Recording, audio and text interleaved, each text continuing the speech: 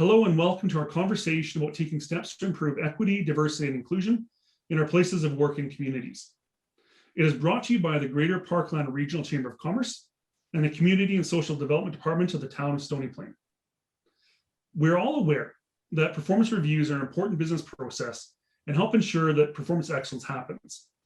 Also, that they can sometimes create problems from an equity, diversity, and inclusion perspective. In this session, we discuss how these problems can be reduced and how to know that the refresh process is working better. The conversation takes place between myself, Mike, Renata, and Ada of BadaB Consulting. At the end of the conversation, we'll take a moment to tell you about our recognition badges that help you take steps and demonstrate your commitment to equity, diversity, and inclusion. Now, let's get talking.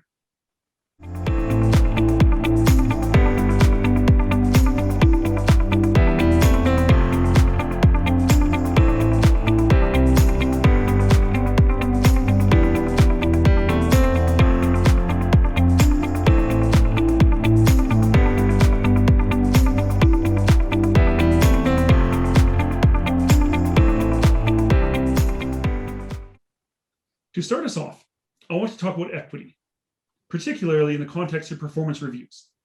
And after that, we can explore some ways to increase equity and other aspects of diversity and inclusion to improve the performance review process. Now, equity is about balanced treatment. It is not equal treatment, but rather working to ensure that at the end of the day, or the process, that each person has received the support needed for fair distribution of rewards and resources. I agree with you, Mike. Let me clarify a key distinction that can trip up some people. Equality is about ensuring that the field is level. Equity is providing support or assistance to some groups or people to ensure that there is fair opportunity to succeed. Sometimes equity measures means providing actual corporate support and services to overcome systemic barriers. Other times, this is about reducing biases and unfair treatments by key people like managers as they carry out their supervisory duties, such as performance reviews. I also want to mention that these biases and unfair treatments often relate to forms of discrimination, but also to matters of equity. I would also comment that while performance reviews are a business process, the idea about reviewing a product or services actually extend well beyond management practice and into the community. Think about making comments about you observe from government leaders about COVID responses, or a youth sports coach running a team, or your neighbors going about their daily lives. We often make judgments that have biases. Quite right. The external community does have plenty of issues with fair performance reviews. And even if we focus on the smaller bit of organization-based performance reviews, making progress and changes in those areas takes considerable amount of thinking and effort. And despite having a high motivation to make changes, organizations cannot achieve equity and remove systemic barriers like those often found in performance reviews in just one day. Many things play a factor here. So for example, having an awareness of equity and other issues is important, as is identifying and addressing the barriers. And we can't forget about celebrating and cementing fair practices in the organizational culture. This can all take some time and effort because of the interconnections of systems like performance reviews with compensation and staffing. Wonderful. So where can someone start? Well, I recently read an academic study by Mina and Vanka that looked at HR practices and the underlying mechanisms from an EDI perspective. And they suggest that perception of justice was key in performance reviews. And justice here refers to procedural justice, which has 4 pillars that are fairness, transparency, employee voice, and impartiality. So for my thinking, justice is a fine place to begin. That makes sense, but what could that look like?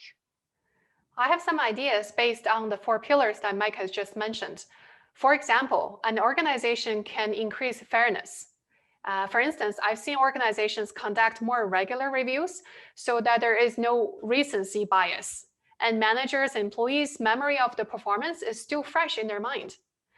Another idea is to hold performance review discussions in the employee's office versus the manager's office, or at a coffee shop nearby, or even virtually, so that the power of imbalance at the boss office is reduced. Transparency is the second pillar. Manager and employee both have access to the performance review documents, processes, so employees can prepare themselves accordingly. Opportunity for voice, that's important. Making sure employees can have a say in their own performance review. And the manager actually gives the employee the time and space to hear what they have to say from their perspective. And that would eventually improve impartiality. Renata, you often talk about the importance of policy and preparation.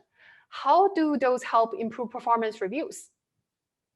What I mean by policy is having clear direction and processes for managers to conduct performance reviews.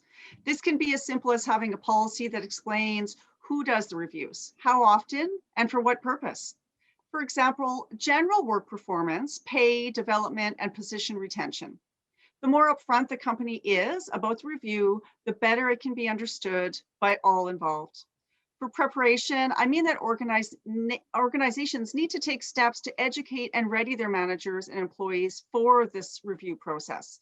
This can be training to managers about potential biases that often appear, such as gender, newcomers to Canada, and other ethnic profiling, or training for reminders about focusing on observable behaviors and outcomes, not on feelings and assumptions, and watching for a balance of praise about their role in the process.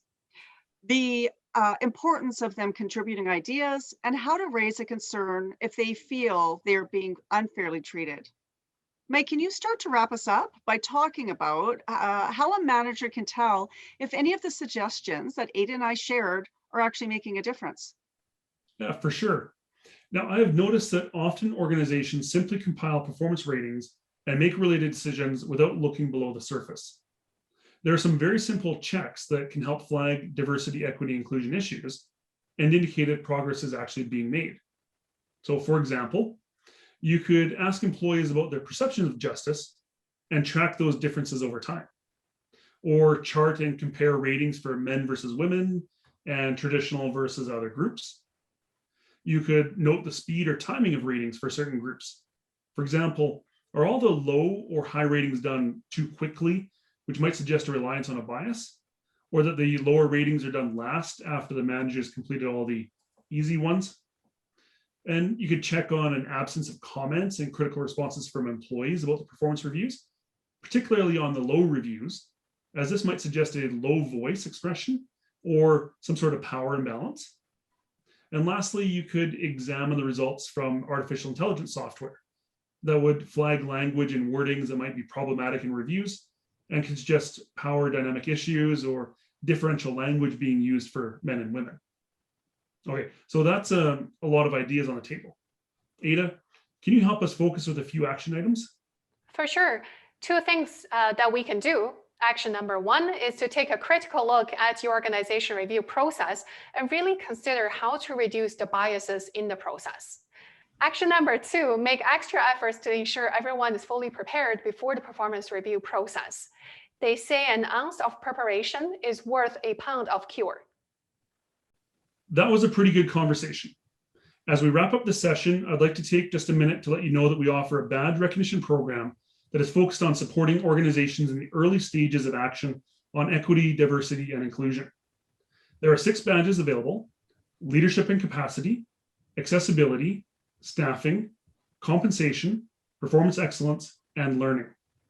For each, we have a list of research-based practical indicators, and you tell us how your organization is fulfilling several of them.